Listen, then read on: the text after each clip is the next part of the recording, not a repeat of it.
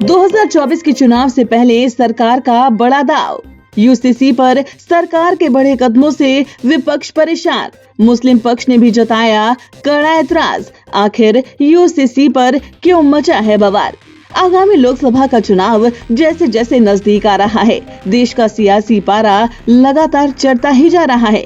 24 के चुनाव से पहले मोदी सरकार के खजाने से निकला यूनिफॉर्म सिविल कोड का जिन्न अब अपना खेल दिखा रहा है, जिसे लेकर इसके पक्ष और विरोध में आवाजें तेज होती जा रही है। दरअसल इसे लेकर प्रधानमंत्री नरेंद्र मोदी का तर्क है कि एक घर में दो कानून नहीं चल सकते। ऐसी दोहरी व्यवस्था से देश को चलाना आसान नहीं, जबकि कांग्रेस समेत तमाम विपक्षी दल इसे चुनाव को लेकर सरकार की रणनीति से जोड़कर देख रहे हैं। AIMIM प्रमुख असदुद्दीन ओवैसी से लेकर कई मुस्लिम धर्म गुरुओं ने यूसीसी पर ऐतराज जताया है। इन सब के बीच अहम सवाल ये है कि आखिर यूनिफॉर्म सिविल कोड है क्या और इसका विरोध क्यों हो रहा है।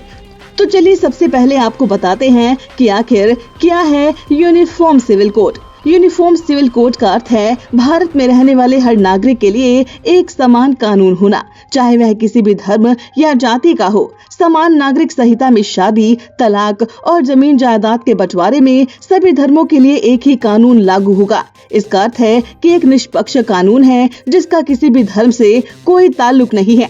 अब आपको बताते हैं कि आखिर क्यों हो रहा है यूसीसी का विरोध। दरअसल मुस्लिम समुदाय यूसीसी को धार्मिक मामलों में दखल के तौर पर देख रहा है। यूसीसी का विरोध करने वाले मुस्लिम धर्म गुरुओं का मानना है कि यूसीसी की वजह से मुस्लिम पर्सनल लॉ बोर्ड का वजूद खतरे में पड़ जाएगा, जो सीधे तौर पर मुस्लिमों के अधिकारों का हनन होगा। यूनिफॉर्म सिविल कोड के जरिए मुसलमानों पर हिंदू रीति रिवाज थोपने की कोशिश किए जाने का शक है, जबकि इसके उलट सरकार का कहना है कि दुनिया के किसी भी देश में जाति और धर्म के आधार पर अलग अलग कानून नहीं है, लेकिन भारत में अलग अलग पंथों के मैरिज एक्ट है। इस वजह से विवाह, जनसंख्या समेत कई तरह का सामाजिक ताना बाना भी बिगड़ा हुआ है। इसलिए देश के कानून में एक ऐसे यूनिफॉर्म तरीके की जरूरत है जो सभी धर्म, जाति, वर्ग और संप्रदाय को एक ही सिस्टम में लेकर आए। इसके साथ ही जब तक देश के संविधान में ये सुविधा या सुधार नहीं होगा, भारत के पंथ निरपेक्ष होने का अर्थ भी स्पष्ट तौर पर नजर नहीं आएगा।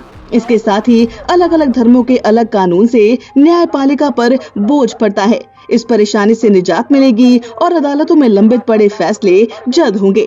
वैसे मोदी सरकार भले ही इसे जनता की भलाई के लिए उठाए जाने वाले कदम के तौर पर बता रही हो, लेकिन इस मुद्दे को उठाने की टाइमिंग विपक्ष के आरोपों को बल देती है। और इस बात से भी इनकार नहीं किया जा सकता कि राम मंदिर और आर्टिकल 370 की तरह ही यूनिफॉर्म सिविल कोड भी हमेशा से ही बीजेपी के चुनावी एजेंडे में शामिल रहा है। यहाँ आपको ये भी बता दे कि जहाँ भारत में इस वक्त यूसीसी पर बड़ी बहस हो रही है, तो वहीं दूसरी ओर पाकिस्तान, बांग्लादेश, मलेशिया, तुर्की, इंडोनेशिया, सूडान और इजिप्ट जैसे कई देशों में यूनिफॉर्म सिविल कोड लागू किया जा चुका है और इसलिए देश का सुप्रीम कोर्ट भी इस पर सहमति जता चुका है, जिसे लेकर मोदी सरकार अब इस मुद्दे पर और भी मुखर होकर सामने आई है। यहाँ गौर करने वाली बात ये भी है कि यूनिफॉर्म सिविल कोड को लेकर सबसे बड़ा कदम 9 दिसंबर 2022 को उठाया गया था, जब राज्यसभा में प्राइवेट मेंबर बिल के तौर पर uniform civil code in India 2020 bill को पेश किया गया था।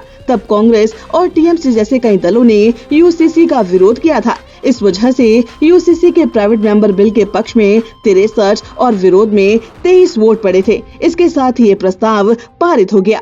इसके बाद से ही बीजेपी शासित कई राज्यों में यूसीसी को लागू करने को लेकर जोर आजमाइश तेज हो गई और अब मोदी सरकार भी जोरों शोरों से इस मुद्दे को उठा रही है। ऐसे में ये बहस आखिर में क्या रूप लेती है, इस पर सभी की निगाह टिकी है।